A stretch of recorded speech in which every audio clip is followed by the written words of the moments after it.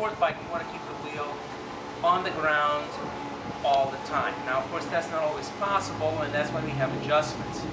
The adjustments allow us to actually change for varying conditions. Like for the track, you might want it tighter.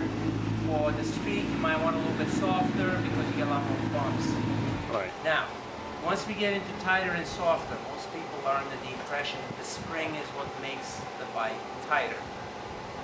And that's one of those two-pronged questions.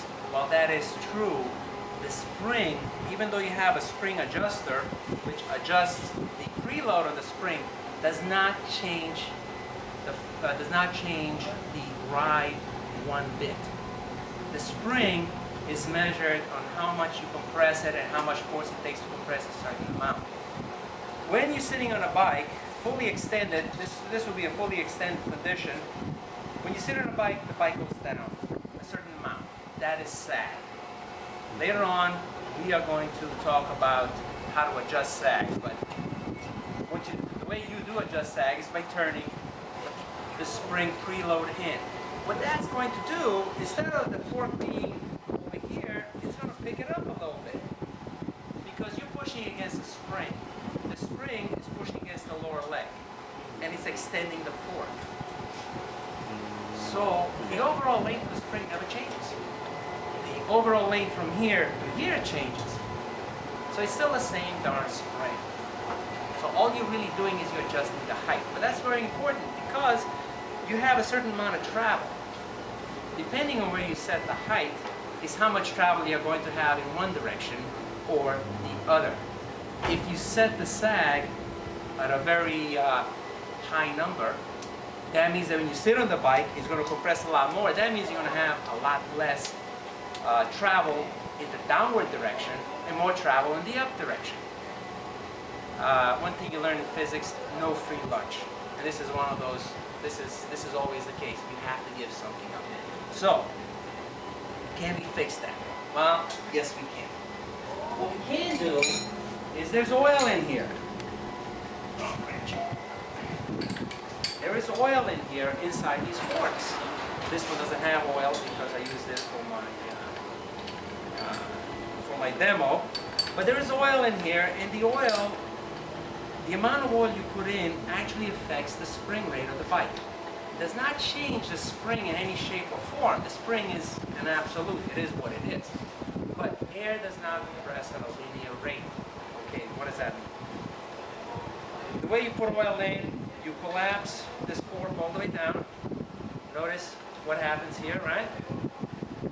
Now you have it out like this. You would take this guy out. This is your dampening tube. And this guy here. You take this washer off. Of course, it's really nice to keep everything in order so this way you know exactly how to put it in. It doesn't always happen. And the way you will put oil in is you will fill up this tube with oil.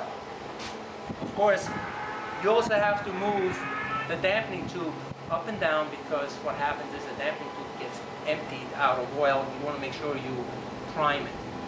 And you pump it up and down, the oil will come out, no air bubbles, and then you measure the level of the oil with the fork fully compressed. So let's say it calls for about 110 millimeters. That seems to be a number floating around, but you should check your maintenance manual or race tech.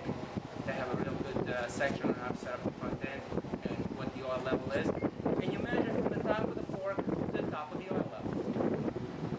Okay, you set that up. Now, if your spring is so bad that the bike nosedives a lot and you can't do anything about it, you can raise that level a little bit. Not too much because you don't want to drop the clock. But if you raise it up a little bit, what that does is since air does not compress at a linear rate, this going to become a secondary spring. And now you change the spring characteristics of your bike. Very, very nice, especially for people who don't have fully adjustable suspension. Because fully adjustable suspension is on sport bikes, but not every bike has it. Oil viscosity also makes a big change. If you put in a heavier oil, that will compensate for some of the wear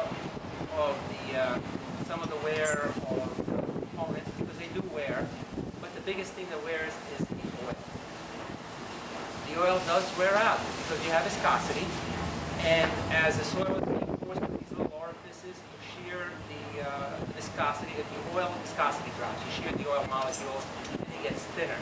So there you have to keep adjusting the adjusters, otherwise your bike's going to start getting sloppy. Now, the handling aspect of this is that it changes over time. So you'll be there riding, and you know, you're really happy and everything's good, and 6 months later you're still riding the same adjustment. And now your bike is really sloppy, but you never really notice this because it's a gradual thing. So hopefully after today you'll be able to say, hey, this thing handles like right. Let's do it. I know what to do now. Alright, so now we discussed that the fork does not, that the spring does not really change. You only change the attitude of the bike. So far so good. What really makes the difference as to stiffness is the dampening. And you get two dampening rates. Or in essence, you have two different dampening adjustments. You have compression dampening, which is down here on a fork. This slows down, or this actually slows how fast the bike goes down. So when you hit the brakes, it prevents nosedive. It's a hydraulic dampener. That's all. Well, that's why dampening is called dampening. The rebound is how fast it comes up. That's handled on the top of the fork. The shock, on the other hand, is totally backwards. The rebound's on the bottom, the compression dampening's on the top. I don't know why, but that's the way it is. Okay, there's something else about the spring. I'll come to me. Oh yes, the only thing that absorbs the shock when you're hitting a bump is the spring. Hydraulic is not a shock absorber. It only dampens the shock. And the reason you need hydraulics is because if you ever remember slinkies and played with them as a kid, you know how you let them go and go boing, boing, boing. Well, your bike's probably doing that too until you adjust it. But that's what a spring does. It absorbs the shock and then it releases it. Dampening prevents a sudden release of the spring's energy.